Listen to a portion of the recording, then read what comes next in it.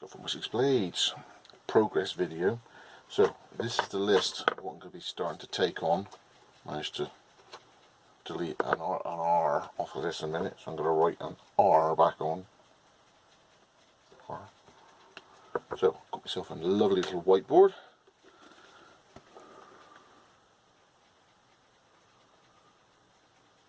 I've got Adrian Y, Leku and a Thainlaw 4. And the Thainlaw 4 is at this stage. So that's progress for Adrian. And then what I'm picking up in the garage over the next couple of days are the rest. So this is the large load of Leku coming through. So I've got Leku at the top, there's a Merlin in Almax, a Leku, another Thainlaw, which is that model again, a Leku and a Leku.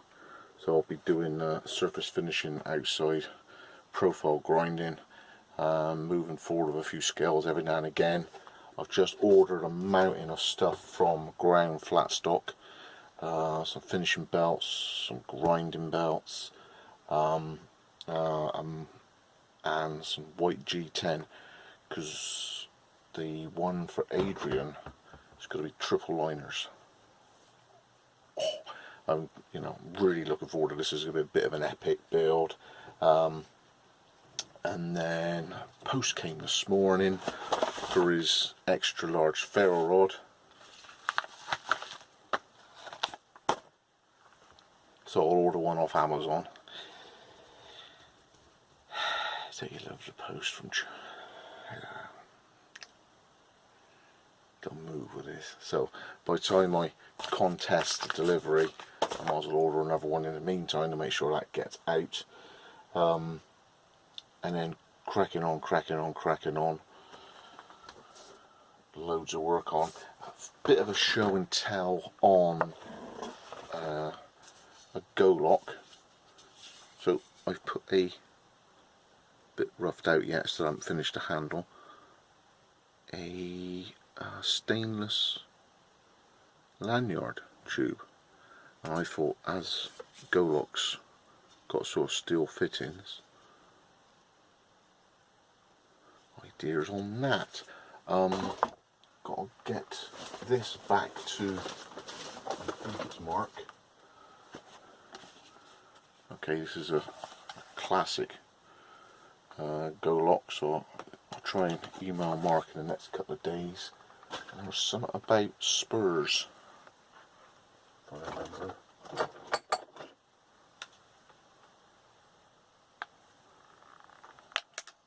Something in my mind about those. But yes, keeping busy. Looking forward to that tomorrow. New board. Got, is it Ralph's Griffin? Looking forward to that handle.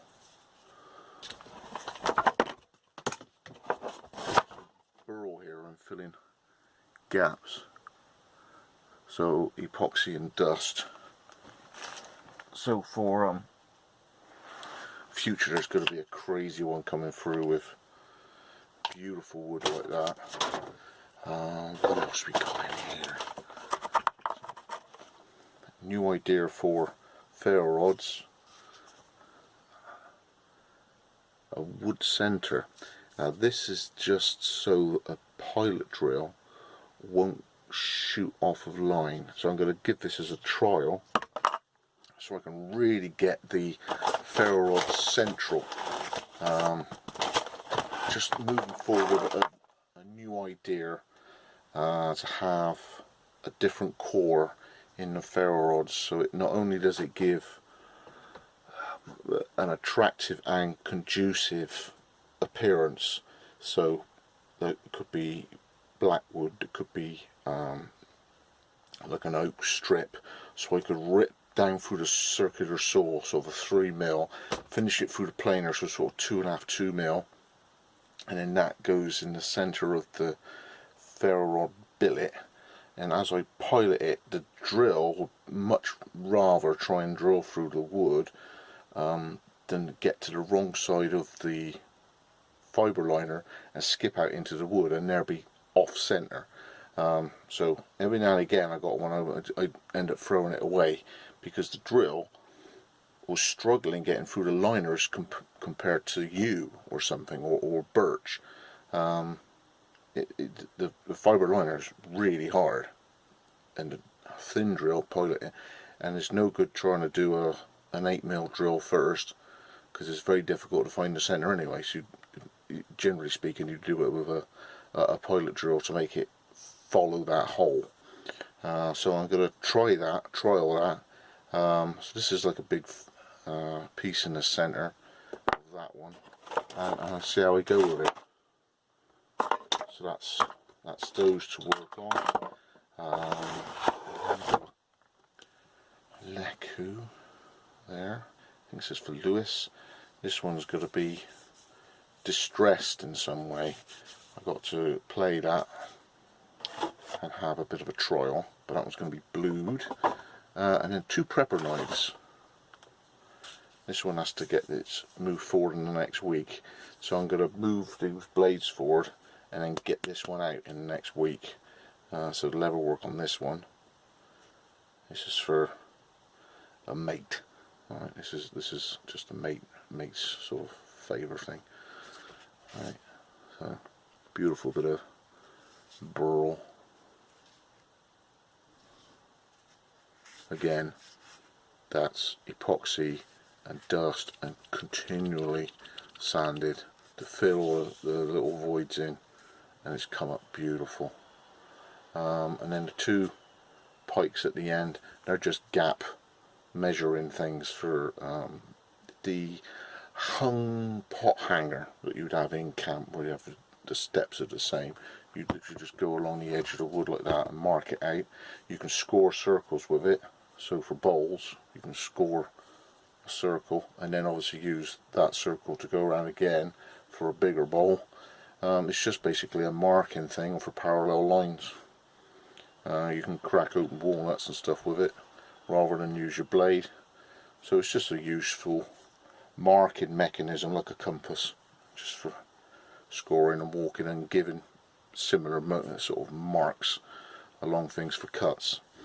So that's that prepper knife with a wooden handle, and there's this one with G10,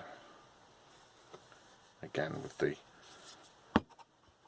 measurement marker point ends. Yeah, that one.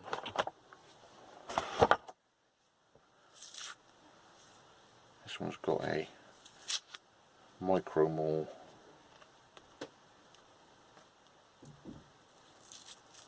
So a more coarse wedge end that will split wood slightly more at one end of a split when you're battening.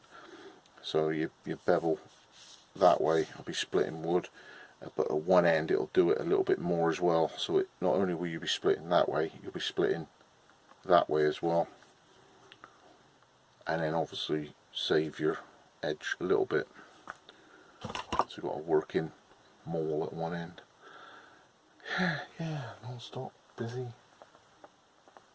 Wessex explains. So big old day in the workshop tomorrow, and thanks for joining me again. See you in the next one.